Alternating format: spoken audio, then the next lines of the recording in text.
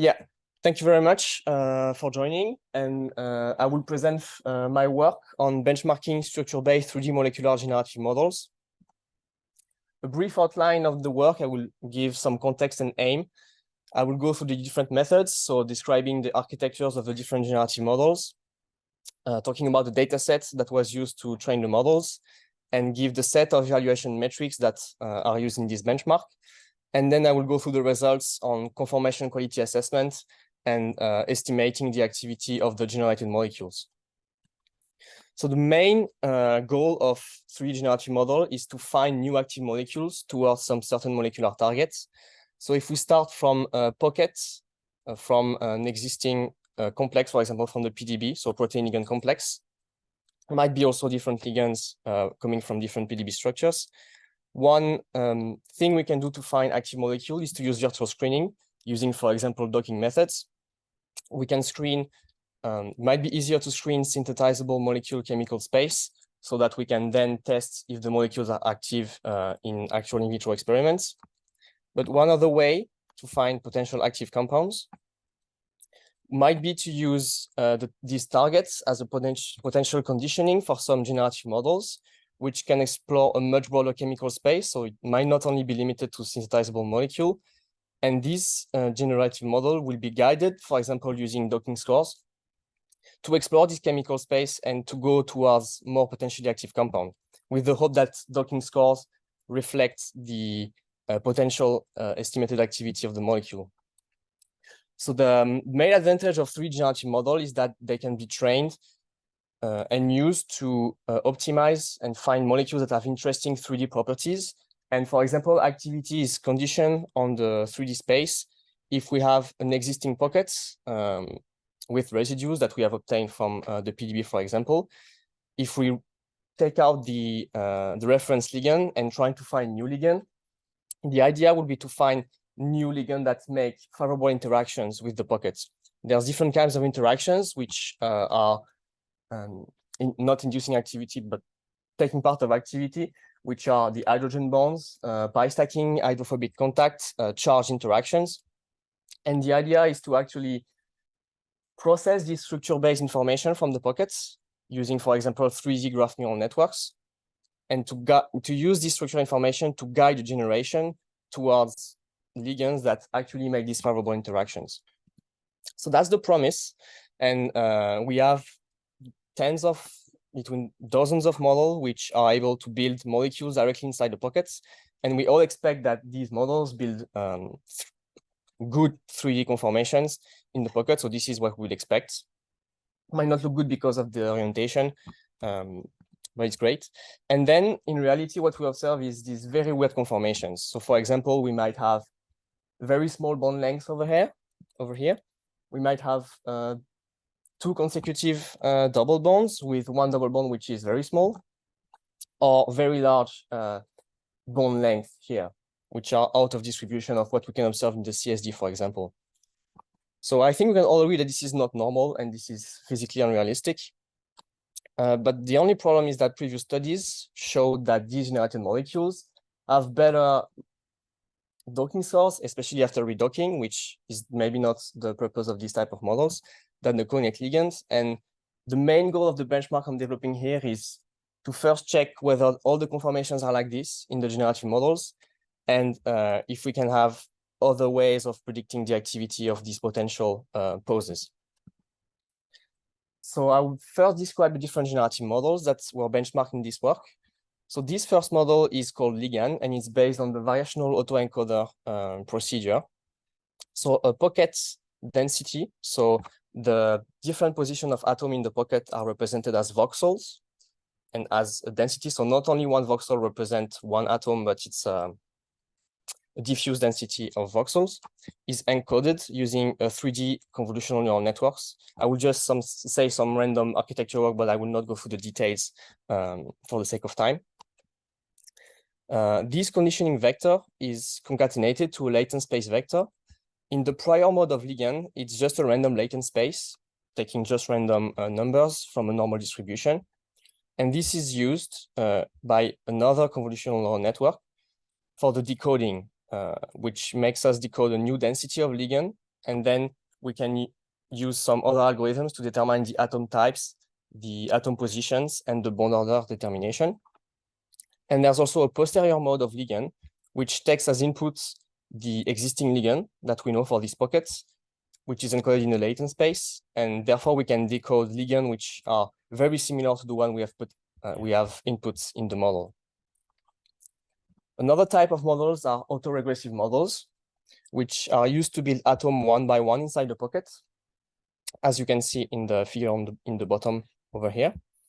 And then what we use is the 3D graph neural networks that will take as input atom features of an existing ligand construction. These atom features represent the types and also the coordinates. And then we use a 3D graph neural network to process the neighborhood around each of the individual atoms to obtain new hidden features that would have encoded the neighborhood. So all the existing ligand atom and also the different pocket atom, which are not represented here for brevity. And then we have other parts of the model which will predict, based on this construction, what will be the neighbor of the next atom over here, what's the atom type, for example, here in carbon, and what will be the bond type. So for the AR model, the bond type is not predicted. For the pocket 2-mole model, the bond type is predicted. And we obtain the next atom position using a last part of the model. Finally, we also have diffusion model, for example, the target diff model. And this model first use a random node initialization. So we know the distribution of the atom types and their number in the molecules in the training sets or in another test set. We randomly initialize them, and then we use diffusion. So it's iterating over different type steps to improve the position of the atom at each time step. We go through, for example, 1,000 time steps until we obtain this molecule, this conformation. I think maybe the closest analogy is that it's similar to a force field. We start from something which is not optimized, and we use minimization to obtain a conformation that looks like actual molecules. All of these models have been trained using the crossdock dataset. It's a dataset, as its name mentioned, coming from crossdocking. So we take 18,000 proteins and 14,000 ligands from the PDB, and we cluster them using pocket similarity. And for the same type of pockets, we have different complexes, let's say 5 complex. And we take each ligand and redock it to each instance of the pockets. And therefore, this allows us to have 2 million different poses. It's a way of augmenting our data sets. And once we have these 2 million cross-dock poses, we select only the poses that obtain RMSD lower than 1 angstrom compared to the original pose of the ligand in the original pockets. And we split into different clusters with a minimum of 30% protein sequence identity. And out of this, we take 100,000 poses for the training set. So we have the ligand and the pockets. And we take a remaining pocket, 100 pockets. So we train on the 100,000 poses. And for each of the 100 new test pockets, we generate up to 100 ligand. And this leads us to roughly 10,000 generated molecules for each model. And this will next be evaluated using our benchmark. So for the metrics that were used in the benchmark, so I used previous metrics that were used to evaluate SMILES or graph generator. So for people who are familiar with this field, I use some that are in Guacamole and Moses, which are the validity. So making sure that the molecule is parsed by RDKits, so it has valid valencies. Uniqueness, making sure we're not always producing the same molecule. Novelty, if it's a different molecule from what we've seen in the training. I also computed the maximum Tanimoto similarity to the training set using RDKit Morgan fingerprints of radius 3. And I also estimated the property distribution, so the molecular weight, the SA score to estimate the synthetic accessibility, and the QED, so quantitative estimate of drug likeness. For the 3D conformation quality metrics, which I think is the most important part of the benchmark here, we checked what were the distribution of bond length and angles and valence angles that were observed in the Liggbond-Kampf datasets. So it's a high quality data set coming from PDB structures that went different filtering. So just making sure, for example, that the whole ligand has been crystallized and we don't only have determined a part of it, and making sure that the determined positions are fitting the actual electron density. And we also, this data set was also minimized using an OPLS force field with a maximum displacement of 0.5 angstrom of the heavy atoms. And we just compute the range of observed bond length and angles and valence angles for each of the different patterns. And then for the validity 3D metrics, we check whether the bond lengths and the valence angles that we observed in our generated molecules are fitting inside the ranges that we have in the Liggbond-Kampf datasets. So validity 3D is the fraction of generated molecules that have no invalid bond lengths or valence angles, which seems pretty trivial, for example, conformal generator, but you will see for generated molecules by these AI models is not straightforward. And we also computed the strain energy, which is taking also into account if a bond length is abnormal, but it's having a single metric to assess whether the conformation of the ligand is strained or not. And finally, for the activity assessment, we use the relative Autodoc VINA and Gold PLP scores compared to the original test ligand. And we use the interaction fingerprints as computed by Baillif. So it's computing based on the position of the ligand and the residues in the pockets, what are the different key interactions, and turning that into binary fingerprints that we can use with Tanimoto similarity to compare with the original ligand. And we use electrostatic shape similarity to the original ligand as well. So it's a shape comparison that takes into account the electrostatics.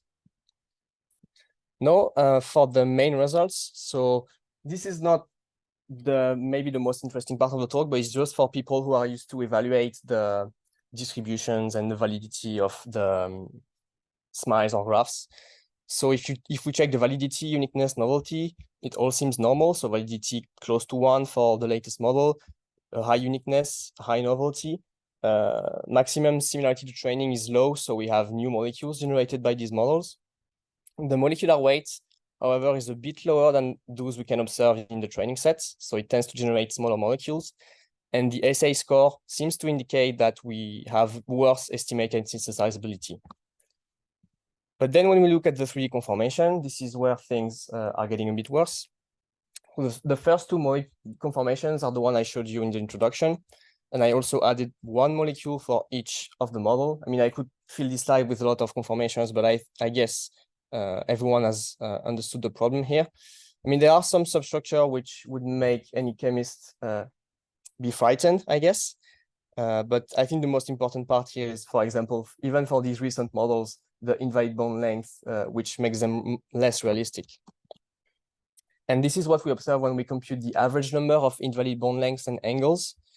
As you can see, it goes as high as 12.5 for the ligand posterior, the posterior mode of ligand model. The 5 first lines here represent the different models and the generated molecules. And the 2 bottom lines represent the data sets that were used, so the test set and the training sets.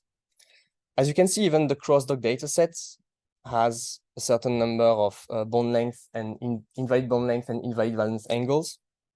This is due to the fact that the Liggbond-Kampf is better quality and has been processed with a minimization. And as you can see, the whole validity 3D, so making sure we have no invalid bond length or angles in our generated molecule, is quite low. So maximum of 14% with the target diff model for the generated molecule, which indicates that we need to put more effort into properly evaluating the conformations of our generated molecules. And this is also confirmed with the result with the strain energy. If we use the MMFF94S force field to compute the strain energy, if we take the training sets, we get a median of 55.8. So I put the distribution here on the left and just pointing that the scale here on the x-axis is a log scale. So a small difference here means a large difference in the actual strain energy. And as you can see, all the generative models produce molecules that have much higher strain energy than the one we can observe in the actual training set. So now for the activity assessment, so we computed the relative VINA score with regard to the actual test ligand for each of our pockets. And if you look just at the number of fraction of molecule that has the better VINA score, which is delta VINA, so relative VINA score lower than 0, it looks pretty nice. So for example, for the ligand posterior, we have half of the molecule which have a better docking score than the actual test ligand, which looks pretty nice. But just going back to the previous slide, it's the model that produces the highest strain molecule. So something is a bit wrong here. So we might think that VINA is taking into account the strain energy of the ligand, but it's not exactly the case. There's something wrong with it. And for example, if we use the PLP score instead of the VINA score to compute the docking score, the PLP score is less optimistic. So we get a lower number of lower fractions of molecules that have a better PLP score. But one of the main reasons is that the PLP score, which is implemented in gold, included an internal ligand strain term, which is mostly dependent on the torsion angle. So it's still not fully taking into account the whole ligand strain, but it's already a better detector as for wrong conformations for estimating the activity. Because these are two different things. So having a good conformation and having a good activity, apparently based on VINA, are two different things. We can also evaluate the similarity to the test ligand of the interaction fingerprints. So this is what we observed here. For example, for the ligand model, if we take the posterior mode, we get interaction fingerprints with a median of 0.7, which means that we have similar interactions, which is what we expect because we fed the initial test ligand to the model. But if we use the prior mode, so without knowing the initial ligand, then it's dropping to 0.3. And most of the other models have interaction fingerprints around 0.5, which is something that might be desirable because we want to retrieve parts of the interactions that we have in the known test ligand, but we also want to retrieve, maybe find new interactions. We want also to make de novo design. So it's good that we have models that explore new interactions, and it's good also to see that they retrieve part of the known interactions. And for the electrostatic shape similarity, we retrieve similar patterns. So we have molecules that have electrostatic shapes which are similar. So I think maybe 0.5 is a good value for the similarity, but it's better to always have close inspection, like manual inspection of each of the generated molecules to see which interactions they are actually doing. And finally, this is like a bonus slide. What if we fix the generated conformations with minimization? So what I did is just to use the force field to make some minimization of the protein ligand complex, fixing the pocket atoms and just changing a bit the ligand positions, authorizing a maximum displacement of 1 angstrom. This takes around 1 second per complex, so it makes the benchmarking a bit slower. But then what we obtain after that might be better. But then what we can ask is more about the role and the quality of what we should have as output of the generative models. So these are the metrics before minimization. So I put the validity 3D and the VINA score. And after minimization, so we are seeing what we expected. So much better validity 3D, especially for the pocket 2 mode that goes from 4% to 97% of valid conformations. But then what you can see between the two different before and after minimization is a decrease of the number of molecules that have a better VINA score, which are, especially for the ligand posterior, pretty dramatic. So we are improving the quality of the ligand posterior generated molecules, but then VINA is saying that they are not active anymore, which is a very surprising result. So minimization can increase 3D conformation validity, but at the expense of decreasing the estimated binding affinity. So just shortly concluding on this work. So just mentioning that the benchmarking package is available on GitHub. It's still a work in progress, but most of the metrics are implemented here. There's a QR code if you want to access it on your phone. But yeah, I'm just saying that at the beginning so you can have time to note or take the QR code. In terms of conclusion, so we've seen that the molecules generated by these pocket condition models, while having valid topologies, they show a significant number of invalid geometries, and this results in high strain energy. And despite these generated poses being physically unrealistic. If we use VINA to assess the relative activity to the known test ligand, it's quite over-optimistic. We can use other methods, such as the PLP score, to get less optimistic results in terms of activity estimation. And therefore, my main advice would be, please check your conformations when you're using any type of generative models. And this is not only limited to these models that generate molecules in 3D. There's also some related work. So for example, there's the Postbusters benchmark from Martin in the team of Charlotte Dean in Oxford, which showed that AI-based docking methods, so for example, diffdoc, fail to generate physically valid poses. So it suffers from the same problem that the one that I observed in my models, and also to generalize to novel sequences. And there's also the work of Charlie Harris, who worked on the DFSBDD model, which made this benchmarking, which has similar results than I obtained. And he also checked the number of steric clashes for each of the generated complexes. And on top of having wrong conformations, they are also clashing with the protein, which is also something which is not desirable. So yeah, check the conformation and use different methods for the activity assessment. I guess that's the main takeaway of my work here. So yeah, I would like to thank the University of Cambridge and CCDC for funding my work. Also the Bender Group members for all the discussion, and my supervisors, Andreas at the University of Cambridge, and Jason and Patrick at CCDC. Thanks a lot, everyone. And if you have any questions, please let me know.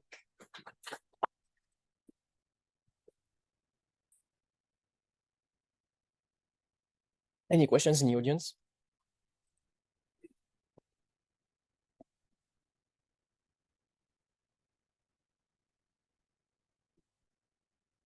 We've met online, Benoit. I don't know if you recognize me, but yeah. You're going to go to Friday. Yeah. Anyway, so I'm interested in data curation. On the first slide, you had an example of a complex that showed that I think one of the nitrogens wasn't actually typed correctly because you're showing a hydrogen bomb, that isn't really a hydrogen bomb. I'm sure that was just an example. Right? Yeah. But I just wonder what you do to make sure the data is sort of any model is only as good as the data you put in. What do you do to curate the data set before you start training? So does it not matter? Does it all come out of each? So the data set that is used to train the models? Yeah, so the thing is that I'm also working on this data curation step because there's actually multiple issues. So crossdocked has redocked all the, some ligands from the PDB, but without making any 3D checks. So there are some wrong bond lengths, for example, in the PDB, which are retaken and redocked in crossdocked, but this has been corrected with the next iteration of the crossdock dataset. And also for the, so I guess maybe minimizing the protein complex is one way to go, because there might be some wrong interactions, as you noted. And also in the cluster splitting parts. So that's what people are currently doing, but I'm working on a different way of clustering this. Because at the moment, if we use this 30% protein sequence identity, 30% is not enough to separate different proteins from different species that have the same pockets, so they have the same functional role. And for example, from personal analysis on these 100 proteins, 70% are actually already seen in the training set. So if you want to evaluate the generalization of your algorithm to new pockets, this split is not as good as it gets. So there's still work to be done in the curation. But yeah, the crossdock data set is good because it's augmented. There's a lot of data here, but the quality is average. I guess I was asking about bond types and the hydrogens, the recognition states, sort of thing. Or is that No, I think that would be important, yeah. So the, yeah. I'm not sure. I mean, in terms of the models, Mm-hmm. do they generate that directly? Are they generating directly from that information, or just the models? So they're generating everything. So the atom type, the coordinates. We have no template. It's not docking, so we don't have like a 2D graph that we need to generate. It's directly generating the whole thing. Yeah. So I think typing information probably is very important. I mean, I think it's a really interesting point that I just made. A really interesting experiment to do would be to go back to the massive data set at the start, try filtering that data set first with the same thoughts to apply at the end and see what you get. Still get rubbish models. Because would get bad confirmations. So is it learning badness from the training set, or is it just inherently something with the way the model? Yeah, that's something that needs to be evaluated. Yeah, because I mean, like 99.9% in crossdock is all right, depending on what's the range that you take. But yeah, I think we need to have better data sets, better splits as well. But yeah, this is still work that needs to be done.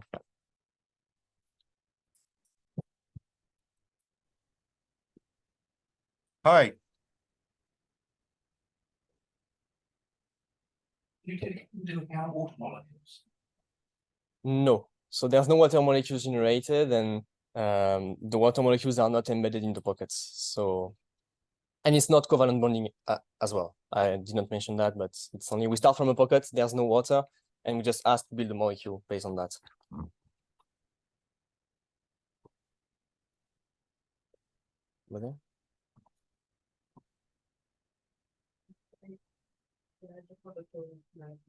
Can you press the button again? It's supposed to be green. Yeah. Oh, good.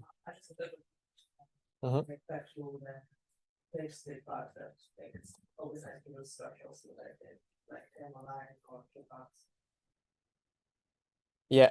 Yeah. So what I tried was using the TM score to compare the structures of the whole protein of the pockets, and also protein families using PFAM or Interpro seems to work well as well for the separating the different proteins in terms of function.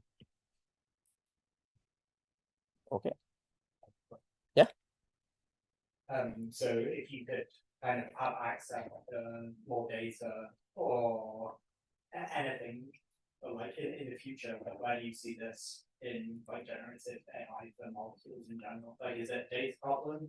Is it architecture? I'm just kind of curious to understand. I think it might be both. I mean, the data, we don't have a lot. I mean, anyway, we could use this data augmentation like crossdocs, which I think is okay, but then depends what's the most important part that we need the generative models to do. I think to generate good conformation, we need understanding of chemistry. And I think maybe then it's more about building better models that already embed all this chemical knowledge.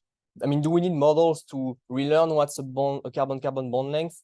I don't think so. I think probably better use existing knowledge. And then maybe it's more about the selection of, like, let's say the fragments or what functional groups, what interactions you will do with your models, but always keeping these already known knowledge that we have in the CSD, even without thinking about protein interactions, or in the PDB as well. But also, like, when you take data from the PDB, it's coming from crystallographic experiments and determination of positions of atoms, and don't trust directly what's coming from the PDB. It's maybe better to run some minimization or to have another extra layer of having some high quality structural data, yeah, to train and then to use these same filters for the evaluation. Yeah. Okay. Is there any questions online? Hi. Hi, yeah. Thank you for the very interesting presentation and article. In the article, you have discussed the benefits of 3D versus 2D models and modeling, generative modeling. But I wanted to discuss that there is ample evidence that, for example, in QSAR modeling, 2D modeling is superior to 3D modeling. And I think that there is a very interesting aspect to it, because I think moving from 2D to 3D is somehow a reductionist approach. And because there is ample evidence that, for example, several poses and conformers of ligands contribute to binding affinity. And I think that we should be cautious in this regard, because maybe this is the reason why 3D generative modeling has not been much superior to 2D modeling. What's your opinion on this?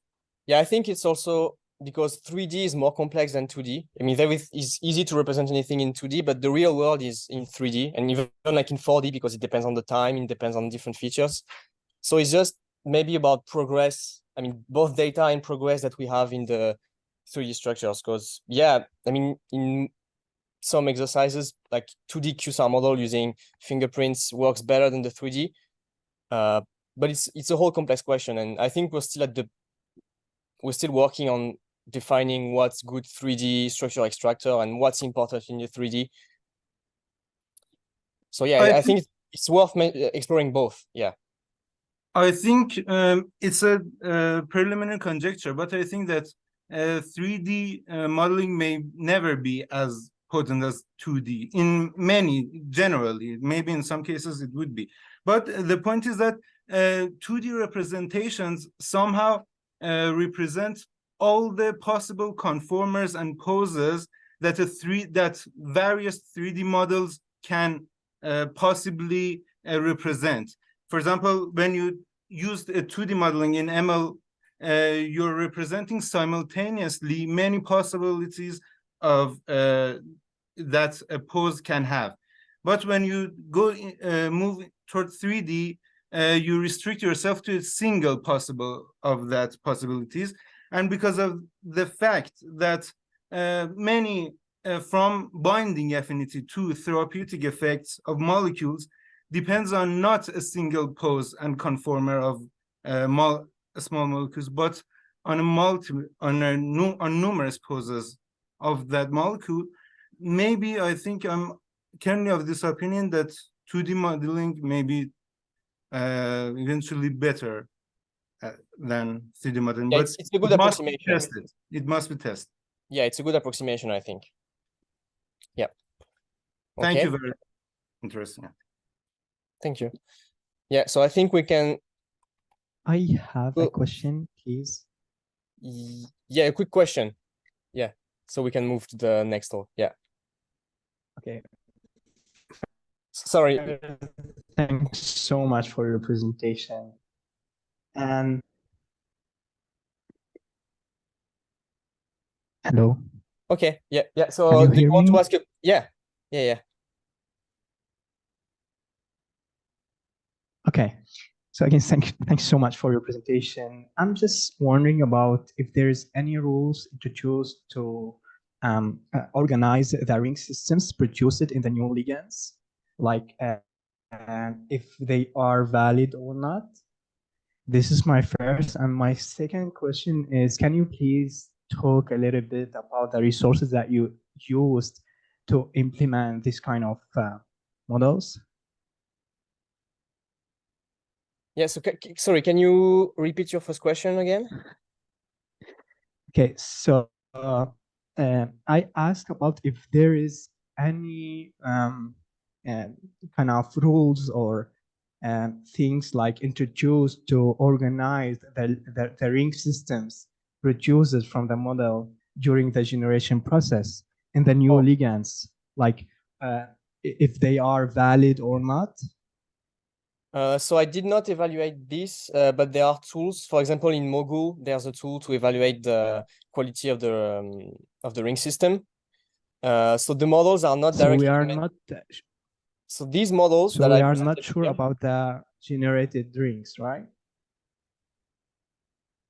Yeah, yeah, because these models are not directly embedding some safety to make sure that the ring systems are planar, for example. But there are some other models which don't have, for example, the code available that are doing that based on the paper that they published. And for the tools that I'm using, so everything is coded in PyTorch, and you can retrieve parts of the benchmarking procedure in the GitHub link. Okay. And my second question, the resources that you use to implement this kind of models, like, is it huge or? I mean, all these models are AI, so deep learning models. So a good GPU is recommended. Okay. That's okay, yeah. thank you. Okay. Yeah, okay, so now let's skip to the next speaker, who is Hongbin, which I think is online. So I will stop sharing my screen and let Hongbin share his screen. Yeah, thank you, Benoit. Can you hear me? Yeah. Okay, nice. I'm sharing screen. Okay, yeah. Just confirm whether you can see the screen. Yeah. Okay. Good. All good. Yeah, I'm very excited to have this opportunity to show our recent researches about industrial applications of retrosynthesis technologies. And today I will share two topics, shared intermediates, and then there is impurity prediction. Okay, yeah.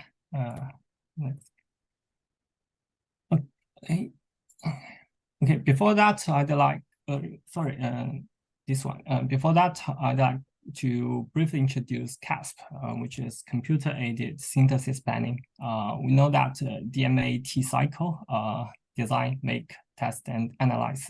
The cycle is the main part in early drug discovery. Making compounds is always a bottleneck in terms of the period of the cycle. If we can use AI technologies to accelerate chemical synthesis, we believe that it will ultimately speed up the design cycle and facilitate drug discovery. In CASP, single-step retrosynthesis might be the most important part. Both academia and industry are very active in developing algorithms to solve the problem. A typical one is the model built by Mark Wallace's group maybe 5 years ago. Given a product, the target molecule, we can calculate the Morgan fingerprints and put them into a neural network, and it returns the probabilities of the reaction templates. Applying these reaction templates, we can get the reactants. Our model is similar to Mark Wallace, as we both use template-based methods. There are also some other methods, including template-free or semi-template-based methods. They are all deep learning technologies, and template-free may include a sequence model or some graph-based frameworks. Normally, we use top K accuracy as the metrics to evaluate the models. As you can see in the table, new models are being developed with higher accuracy. But I'd like to emphasize that this is not enough. Even we have a perfect model that have 100% accuracy of top 50, it only means that we can finally get to the ground truth route, but there might be many invisible routes recommended by AI that do not make any sense.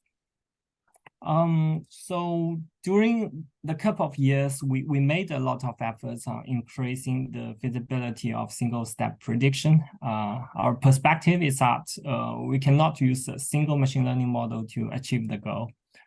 So in our product, ChemS, we call it ChemS, we combine the machine learning model with expert rules to build interpretable white box models. For example, we consider the compatibility of functional groups in the target molecules. We design similarity algorithm to evaluate the difference between references and the predicted reaction. We have also some specific algorithms to address like protection strategy, stereochemistry, or regional selectivity problems in chemistry. Okay, this is not the main topic of this speech, but you will see later that the concept is implemented in all our projects. We have to use both machine learning technologies and expert rules. Certainly feasibility evaluation is, we think, fundamental in all relevant applications. Okay, let's move on. I didn't introduce our company, but yeah, our main goal is to increase the efficiency of chemical synthesis. So as the member of our company, we are in the algorithm team. We want to find some applications that can achieve the goal with the weapon we have, certainly retrosynthesis technologies. So the first relevant study is about shared intermediates, which is a way to reduce total synthesis steps for medicinal chemistry. As I mentioned before, we know that AI is quick. It can quickly recommend dozens of routes in minutes, but it is tedious for a chemist to view every route for every compound, especially when some reactions are not feasible according to their experience. So when they need to design one route for one compound, sometimes they may prefer to use their own way, which is designing routes by themselves without using AI. They can use some database like Reaxys or ScienceFinder, and they can check the papers and to verify the reactions. But what if they have too many routes to design? In medicinal chemistry, we often need to synthesize a series of compounds that share the same scaffold. In this diagram, it's an example. There are 6 targets, target molecules, I think. Supposing that a molecule needs 5 reaction steps, theoretically, we need 30 steps to get to all the compounds. But actually, we can first synthesize the intermediates with a large scale so that they can be used for different target compounds. In this example, we only need 13 reaction steps to get to all the compounds. This can also reduce the time and the risk. If we fail at the first 2, maybe we have to change the routes. Conventionally, medicinal chemists design molecules based on their experience, so they can also consider how to use these intermediates. But now, AIDD technologies such as generative models, one example is Benoit's 3D generative model. It becomes a new way to design molecules. So it will be more challenging for medicinal chemists to design routes for a number of compounds while reducing the total steps. So at this time, CASP will become very useful. Let's see how we made it. This is our workflow. Firstly, we run retrosynthesis for all the molecules. Then we ask a chemist to select 1 or 2 feasible routes according to their experience. With this information, our algorithm can find the shared intermediates between the selected routes and other routes recommended by AI, and to find out the best solution that have the lowest total reaction steps. In this example, you can see the total steps was 67, and we found 17 of 15 common intermediates, or we call shared intermediates. So we found that given the human selected routes, AI can quickly find the minimum paths in a smaller search space, as showing the picture on the left. If we do not have the chemist's preferred routes, AI may consider all the routes, and some of them may not be feasible. But now with the routes selected by a chemist, AI can only consider a part of the routes that are more plausible. So shared intermediates can take the advantage of both human intelligence and AI. The routes will be more feasible, and chemists can quickly check and verify the hub nodes to reduce the risk until all routes are determined. This is a real case in our company. We had a task to synthesize 28 molecules. If we do not use shared intermediates and just select the best routes ranked by AI, the total reaction steps was 147. But if shared intermediates were considered, only 93 steps needed to be done. I had to admit that the routes recommended by AI were not the final solutions, as chemists had their other concerns like unreasonable starting materials, or some reactions did not work. but at least we have already validated the concept, and it has been accepted by chemists. We find shared intermediates can significantly reduce the total steps. Okay. So this is our perspective. Although AI or CASP in here is fast, verifying the roots is slow, given that currently many roots are not satisfying. And therefore, enumerating all possible roots is impractical. We think the possible directions of future studies might be to reduce the redundancy of the roots. For example, we may recommend some strategies to chemists rather than the detailed roots. Sometimes chemists just want to get some ideas on how to get to the compound, and they will make the details, like the detailed conditions. If you just provide many roots, it sometimes may not be very useful. And the second is to improve the feasibility of single-step retrosynthesis. As I mentioned before, actually, a lot of studies have been published to improve this, and we also are making some efforts on this. The third one is to interact with chemists to make precise prediction or recommendation. And I think shared intermediates is a very good example. With the information given by chemists, the AI can do better.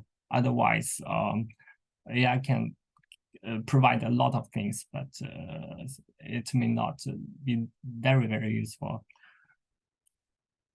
Okay, let's move on to the second topic. I think it's the major one in this speech. It is impurity prediction based on forward transformation. Also, this is the background. Let's see the picture on the left. I think it's the ideal alchemist results loved by all the chemists. It shows the starting material is consumed and only design product is found. But the reality sometimes is like the picture on the right. The starting material remains. We cannot find design products, but some impurity peaks on the alchemist data. With the MS information of the peaks, chemists could propose what the byproducts may be, but it requires that the chemists are experienced and knowledgeable. Predicting impurities is also time-consuming, and especially when the structures are complex. We think since the chemists, what chemists do is to enumerate all possible reactions occurring in this system. AI may do it better and faster. So let's see the workflow of our algorithm. There are two parts. One is forward transformation, and the second is candidate ranking. Given all the reagents, including the reactant, desired product, or the condition reagents, even the solvent as the input, we will apply all the reaction templates on these reagents to get the candidate products. Since we have a lot of reaction templates, we would get a large number of candidates. So we have to do something to filter, to do a filtering or ranking. We use alchemist data. We have alchemist analysis to get the potential molecular weight of the impurities. So finally, we may recommend 3 to 10 result, the potential structure of the impurities. Like the retrosynthesis, our forward transformation is also template-based, but we have 3 types of transformation. The first one is condition-specific transformation. We know that some reactions can only occur at a certain environment. For example, oxidants like oxygen are required to make an oxidation reaction. So at this time, we won't expect a reduction reaction on these substrates. Similarly, we only apply reduction transformation if we recognize the designed reaction is a reduction reaction. So we developed a reaction classification algorithm to identify the designed reaction. And hence, we can also consider like overreaction or underreaction. But we should note that sometimes a normal reaction may also have like oxidation byproducts because the substrates may be exposed to air. The second one is general reaction templates. I think these are the most common pathway to the byproducts. We have more than 10,000 general reaction templates extracted from reactions under mild conditions, including SN2, SNAR, or some ring formation reactions. And the last one is rule-based transformation. We found that only using general reaction templates are not enough because these templates were extracted from designed reactions, but byproducts are sometimes from undesigned reactions that are not recorded in literature. I will elaborate later. This is an example showing how we obtain the reaction templates from the original reaction data. And we find that the forward transformation is different from retrosynthesis. Let's see the reaction from US patent. It's a bromination reaction. In retrosynthesis, we will first simplify the reaction by removing the small reagents like liquid bromine, the sodium hydroxide, and the solvent DCM. So it becomes a single reactant to a single product. And then we can extract reaction templates by some cheminformatics tools. And finally, it becomes like the scheme at the bottom. It means that if we want to get a aryl bromide, we can start from an aromatic ring, like benzene. And in forward transformation, we cannot simply reverse the reaction templates. Otherwise, it will be like that. If we find a aromatic ring in your system, we would recommend that maybe the impurity is aryl bromide. And this is a bit ridiculous because we never know where the bromine atom is from. So in forward transformation, we have to include the small reagent, here the liquid bromine, which indicates where the bromine atom is from. So we may have some redundant reaction templates, but we think it's required. Like for the bromination, we can either say it's from bromine or NBS. So it means we have to find the reagent is in your system to get the prediction of the aryl bromide. And this slide shows how important expertise is. The design reaction is very simple. It's a SNAR reaction to form a carbon-nitrogen bond. With forward transformation algorithm, probably we can guess that the compound can generate a dimer that connects to the nitrogen to the carbon in the pyrimidine. However, we can never predict the impurity 2B, 2D, and 2C at the bottom because these are from the fragment 9B, 9C, and 9D, which are not common reactions. So expert rules were added to our model so that it knows that the morphine-like compound 9 can be decomposed into fragment 9B and 9C. And here, the solvent DMSO. DMSO is a very interesting compound. We know that it's a common solvent with a very good solubility, but in process chemistry, it is always a source of methyl group. In this example, compound 9 can be translated to 9D by the methylation of DMSO. We can hardly find this kind of reactions in literature because nobody wants to do this. Do a methylation using the MSO. We'd use, if we want to do methylation, we may use idle methane. But in impurity prediction, we have to consider this kind of micro reactions.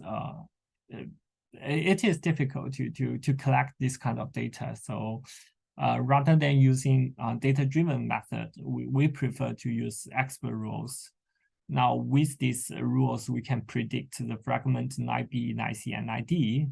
And then we can use the forward transformation to get the final impurities 2B, 2C, and 2D.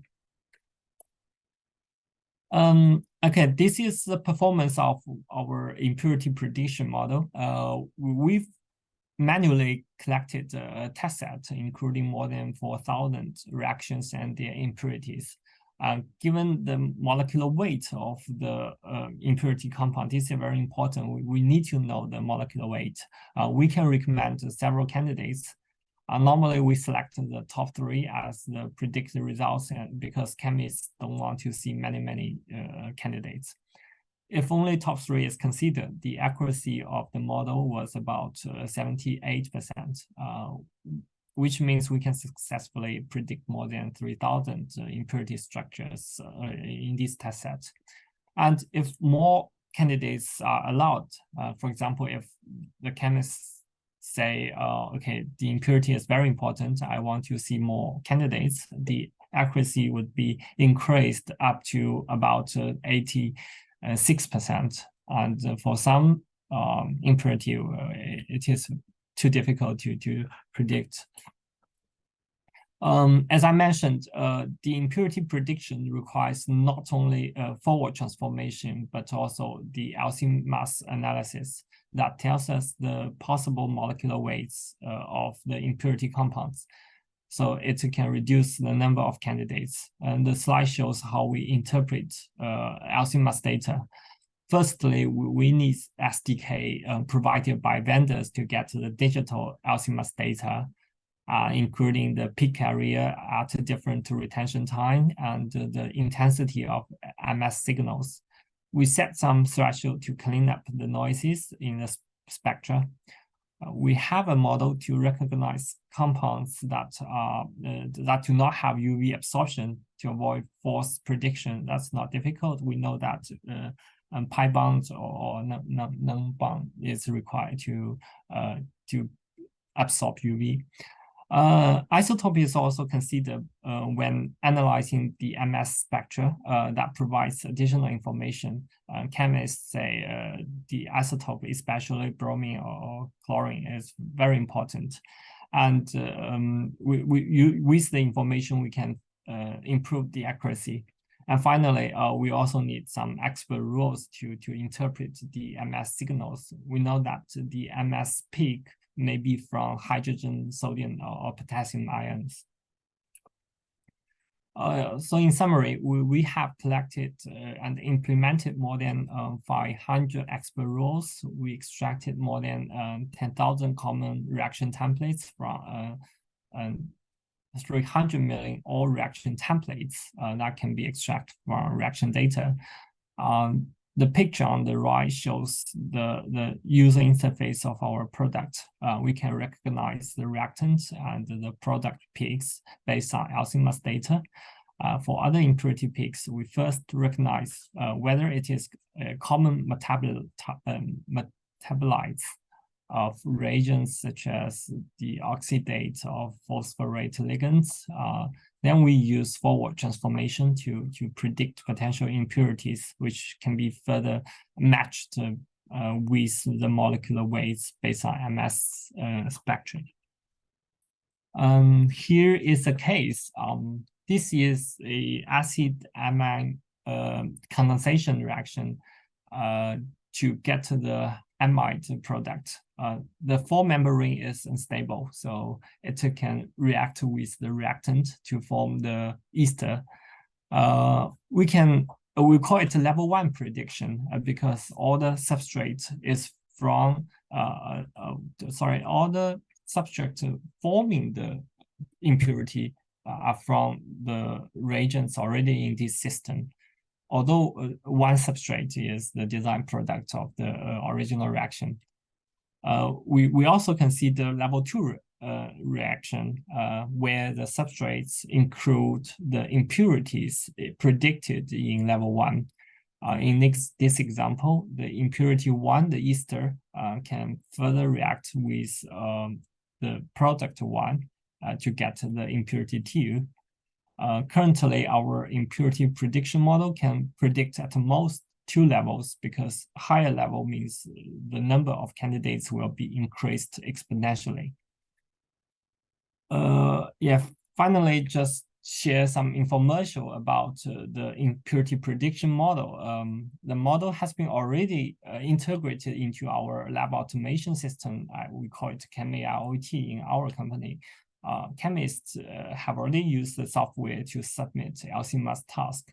We can analyze the result, recognize the reactant product, and predict the structure of the impurities. We are going to integrate the impurity prediction model into our retrosynthesis product, Chem.AI, so that our customers can use it to identify impurities in their work. The new product is supposed to be released in the 4th quarter of this year, hopefully. If you are interested in our product, maybe you can contact our BD team, BD@Chemical.AI. And if you have some technical questions, be free to contact me by this email, hongbin.yang@Chemical.AI. Okay, thank you very much. Thank you for the invitation from Andrews, and also thank you, Benoit, for the host.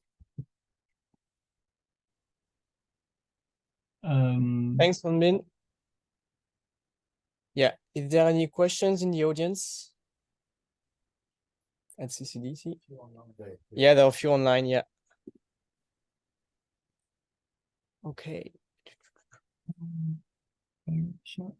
To predict impurities. Try.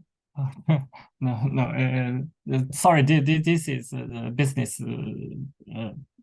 issue. You can contact our BD team.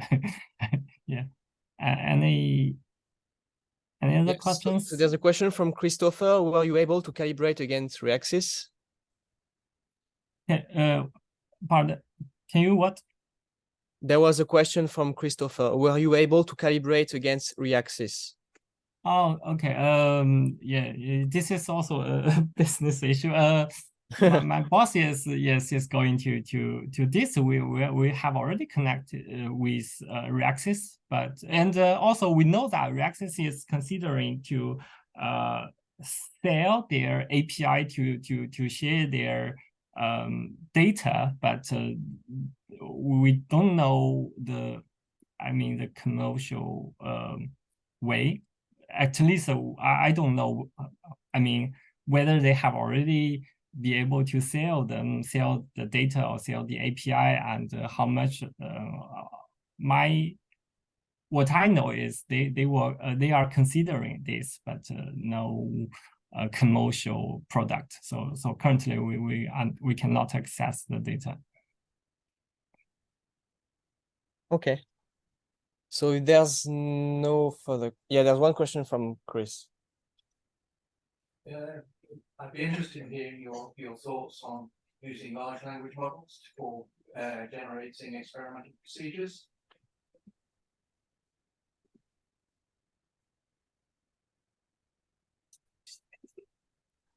Hi.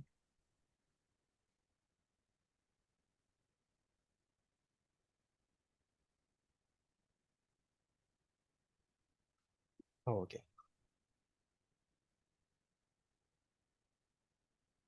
I think we have to look in this.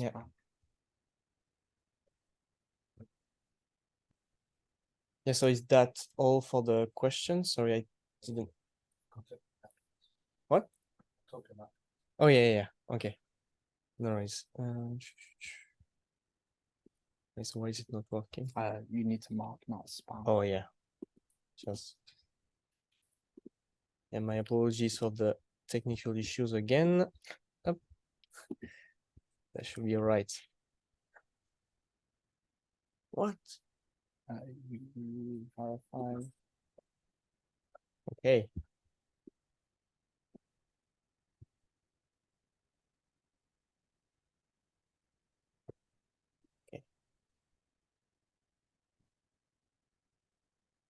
Yeah, we're just waiting for the slides to be uploaded on my computer.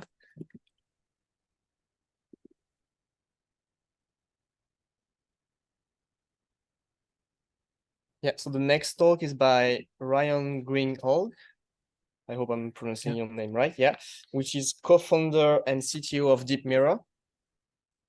And he graduated from Cambridge in the Department of Physics and Development Physiology and Neuroscience.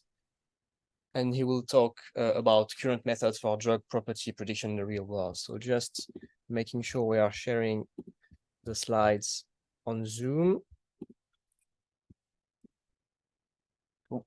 Okay, and then that should be all right. There should be a full screen mode as well. Zoom.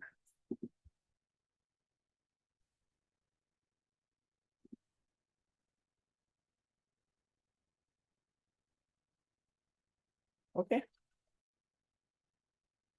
All good. Cool. Thanks for the introduction. Hello, everyone. I've enjoyed the talk so far on like generative AI and retrosynthesis. And I'm Ryan. Thanks for the introduction. I'm CTO at Deepmirror. Today I'll be talking about current methods for drug property prediction. And this is suffixed with in the real world. Why did I suffix it with in the real world? This is like part of our journey as a company as well, is there's loads of literature coming out, you know, what models are best to use for predicting properties. They can be really confusing knowing where to even start for molecular property prediction. And especially when you put these models in the real world, you want them to perform well. And that's what we've done with models at our company. And I'm going to share some of the findings that we've made internally. So everybody's talking about AI at the moment. So in 2020, MIT News, artificial intelligence yields new antibiotics. And then more recently in mainstream newspapers, new superbug killing antibiotic discovered using AI. So what we can see is happening is a lot of people are talking about AI. And if you're a biotech or a pharma company, how can you actually start leveraging AI in your workflows to kind of deliver what the news is claiming about these methods? So there's different ways of kind of capturing value from AI in industry. So we've heard generation is one way of doing that in an earlier talk, retrosynthesis. But today I'm going to specifically focus on property prediction. So why are we interested in property prediction? Well, the drug discovery process, as I'm sure people in this room know, is very expensive. It takes a long time. And is really high risk. Like you want to be certain that the compounds that you're making, paying to get synthesized, and then going to get an assay on, are like going in the right direction so you can de-risk. So one way that machine learning can be leveraged in this context is property prediction. So instead of making a molecule or contracting it out to get made, and then performing an assay on it, and getting the assay results back, wouldn't it be great if we could just have a machine learning model that predict the outcome on the properties, whether that QSAR or ADMET properties, before doing the experiment? And what this would enable you to do is search the chemical space and make predictions. So I'm going to talk about two types of properties mainly. So one is QSAR. So this is quantitative structural activity relationships, which I'm sure some people in this room are very, very familiar with. This is basically molecule, how well is it binding to a protein? And then ADMET that I generally group into like more biological related properties. So this is normally when molecules interacting with system, right? So cell effective permeability, to predict this, like it's not just a molecule in a pocket, it's interacting with loads of parts of the biological system. So if we want to start predicting these properties, the first thing that we've got to do is convert a molecule into a numerical representation, so then we can start performing machine learning on it. So how can we do that? There's three ways of doing this, really. One is expert features. So I think we've heard them mentioned already. This is like ECFP, Mordred. So a cheminformatician or a chemist will be like, okay, the molecular weight of this molecule is X. it has this number of double bonds, and then you can build a numerical representation up of the molecule. There's other ones like Mordred, and then there's graph methods that have already been mentioned today. This is like a really beautiful representation, I think, because it's so natural. So a graph is made up of nodes and edges, and this is very analogous to a molecule. So you would expect that if I represent my molecule as a graph, then I should be able to learn really strong representations that make a strong predictive model. And then the other method is a language model. So these smiles can also be represented, these molecules can also be represented as smiles, which is language, it's a string, or inches. And then you can put them into like a large language model to then get a representation. So once you've got these representations, then you can start performing machine learning tasks. So what we wanted to know was, out of all the literature and everything that we hear, when you have a QSAR dataset or an ADMET dataset, which model works best? Is there a holy grail of models that can be good for property prediction, or does it depend? So that's the question that we really wanted to answer internally. So we curated 44 regression datasets. Some of that was public, some of that was in-house data that we've collected and curated over time. And like it is, so we specifically focused on regression because if you're using it with a regression task, you can predict a range of values. And if you have a range of values in your prediction, you can sort. So if you want to like maximize for activity, you can predict a range and then you can sort, and then you can select the top 10. And maybe that goes into a new round of synthesis or DMTA cycle, which was mentioned before. So the main data sources that we used were TCD, which is Therapeutic Data Commons, super good resource. MolNet, which is very commonly used to benchmark new state-of-the-art models. So most graph neural network papers that you see, they've probably used MolNet in that to benchmark the techniques. And then ACE is an activity cliff data set. So this is when you have a small point change and then you get an order of magnitude change in potency or something. And then we had some other internal data sets that we'd kind of built up from patterns, etc. So we have 44 tasks. We have a set of methods of representing molecules and then methods of actually learning over these representations. So just one more sum up of the featureizers. ECFP Mordred were some of more of the classical ones, same with Multivec, which is kind of a language model, but a more classical version. Then we tried the big transformers like ChemBerta A and MTL-BERT, and then on to graph methods that had been largely pre-trained, like Infomax 2D, Infomax 3D, which I know a question came up before about 3D versus 2D representations. So that's another question that we wanted to answer. And then just more general graph representations. And then once we've got that, we can use a model to then build a predictor. So we tested support vector machines, which have come up in literature as don't use deep learning, SVMs are great. So we wanted to kind of discover whether this was true or not. Random forests, again, have come up in literature and said, use random forests, don't use deep learning, bad idea. And then we tested the standard deep learning models like GNNs or NLPs. And then one exciting one that isn't covered that too much in literature is Gaussian processes. So we also tested these out. So is there a holy grail model? This is the question we're trying to answer. So for QSAR datasets, we found that ECFP representations are really good. So if you're doing a predictive model on QSAR, probably use ECFP. And for ADMET, Mordred performed really well. Then graph and transformers. So it's a bit more of a mixture for ADMET properties. And then in terms of models, we found for QSAR, Gaussian processes were really, really strong performers, which is kind of an interesting result because this isn't reported that much in literature. And one thing that I find interesting here is support vector machines come second best. which this is basically a paper that had kind of popped up in our results, but when compared to Gaussian processes, they well outperformed them. And then for ADMET properties, it looks like GNNs, GPs, and tree models are good. So if you have QSAR data, GP, ECFP, probably a good selection.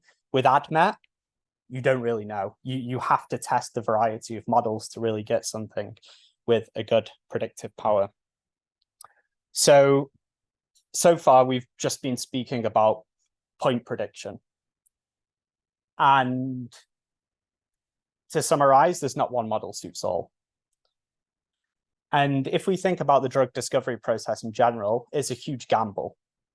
Every compound that you come up with, this is hundreds of millions of dollars. It's a 10-year process. So when you select something and take it forward for synthesis, you want to be sure and you want to be confident that that molecule, especially if you're building a predictive model, you want to be sure that that prediction's right. So that means that we need a way of capturing uncertainty. So a bit more on what I actually mean about uncertainty. So say we have two molecules here, A and B, and our goal as maybe a project lead is to optimize the potency of this molecule. Does anybody in the audience want to pick a molecule that they would maybe choose if they were trying to maximize potency?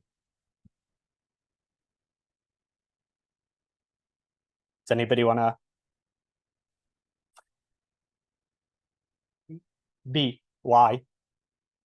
If I look at the uncertainty is quite high, so.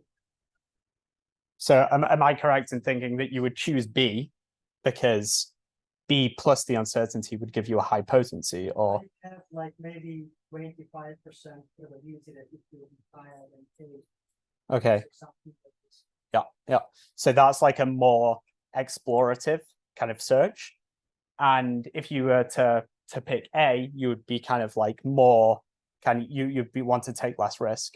So what we want to be able to do is make sure that this standard deviation with the prediction that we get actually captures the true uncertainty in the model.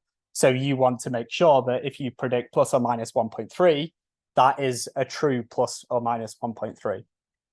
Okay, so we also did this in this large benchmark, and we essentially found that Gaussian processes were by far the strongest performers, both in QSAR and ADMET. So that means these like classical statistical models are really strong at both predictive power and capturing uncertainty.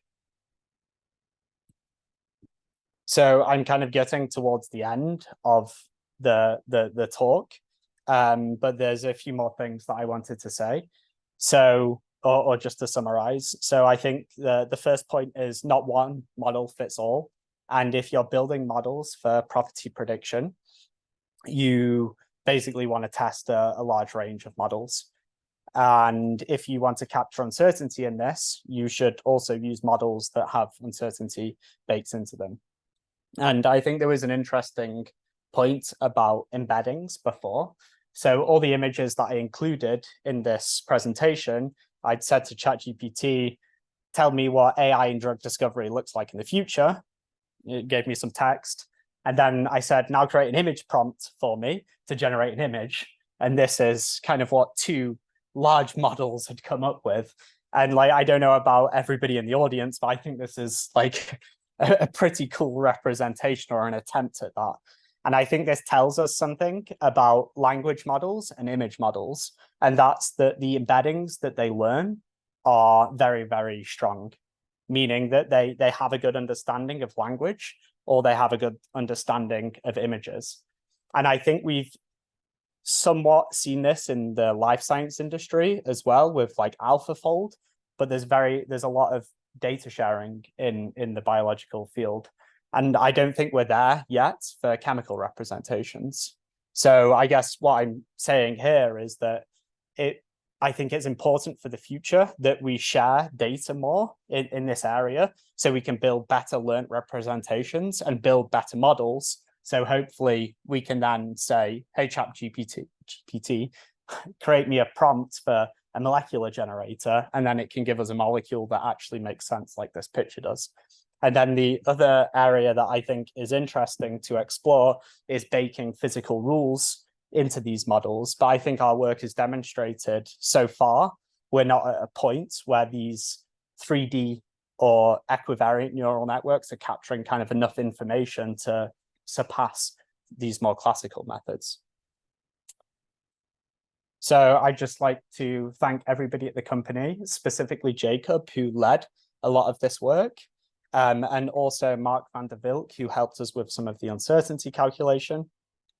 And if you're interested in testing your own models on against what I've presented today, or just using this instead of having to build a pipeline, we currently have an app that is just about to come out of closed beta into early access. So please contact me if you're interested in using this, and someone else internally will help onboard you onto the app.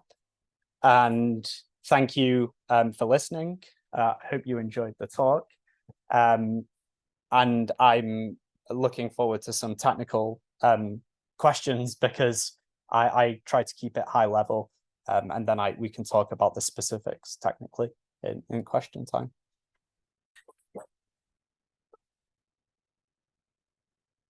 Thanks a lot, Ryan, for your talk. I had the question myself. So have you dealt with activity cliffs in the data? So compounds which are similar but have very different activity, and what's your experience on that? Yeah, so Gaussian processes along with ECFP worked very well with activity cliff data sets.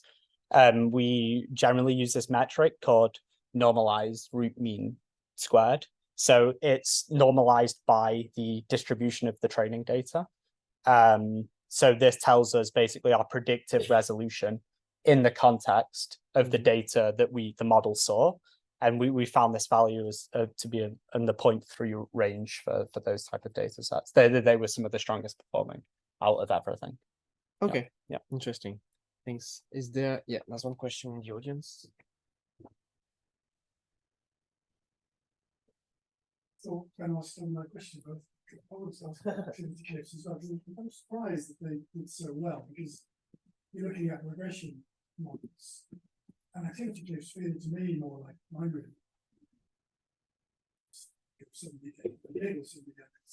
Yeah, but if you take a log scale of that data, right? So if you have something with like nanomolar potency, and then the activity cliff leads to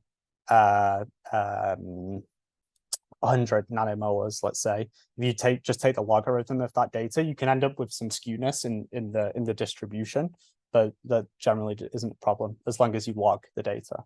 If you have huge steps in your data, that's problematic. Yeah, I guess I'm not surprised in general, but it's easier to do obvious changes. Yeah. To lead to clashes and stuff. Yeah.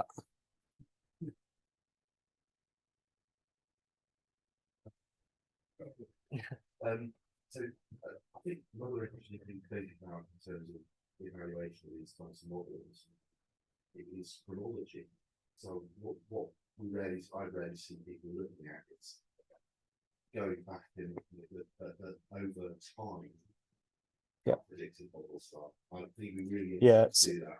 So this is actually something really interesting with like the way that our product works, is that generally the best model for your data set actually evolves over time. So like if you have a super small data set, something's better, and then that changes over time.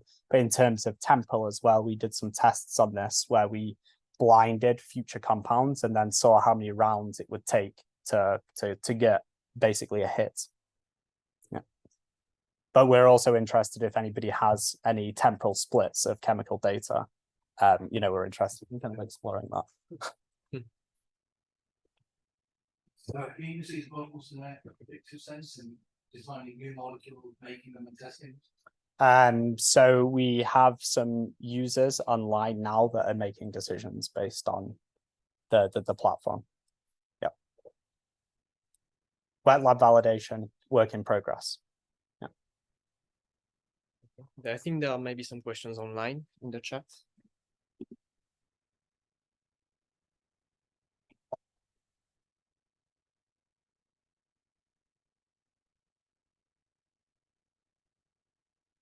So I guess it was like the two next ones. No, because that was for, yeah. Which one? No, I mean, there's no questions. Okay, I mean, cool. because I Hi. saw two in the chat. Oh, Hey, Hi, I have a question. Yeah. sure. Thank you for the interesting talk. Were the benchmarks on the were the results consistent across various ADMET tests, or for example, BBB toxicity, absorption, or for example, for QSAR modeling across various proteins?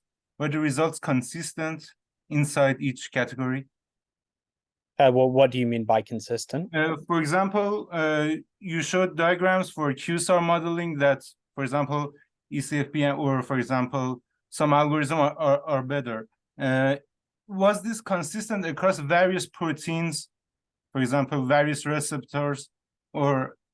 Yeah, so those plots that I presented were across data sets. So higher that bar for each of the models. Let me go back.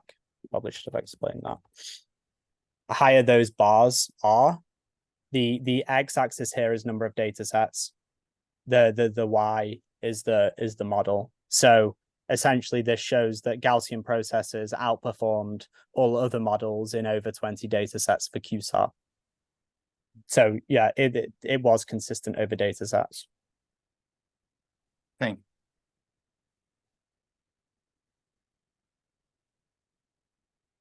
okay. So I guess if there's no other question, let's thank Ryan again for this interesting talk. And I guess it's probably time to go to the pub. We have we went through the 3 different talks. Yeah, thank you everyone for joining this Cheminformatics meeting. Thanks for everyone joining us all online. The people will be split in different breakout rooms by Andreas. Yeah, absolutely. No, thanks everyone for being here. Yeah, so stay online as well. I'll put you in. So whether you're on the internet or live there in person, please join us. Yeah, and join us again next time. Thanks everyone. Yeah. Yeah, thanks Andreas for supervising online. And I think everything is fine for the recording. You're taking care of this. Yeah. Okay, sounds good. Thanks everyone, and enjoy the rest of the evening. Cheers. Have fun then. Yeah, I will just answer. There was one question in the chat.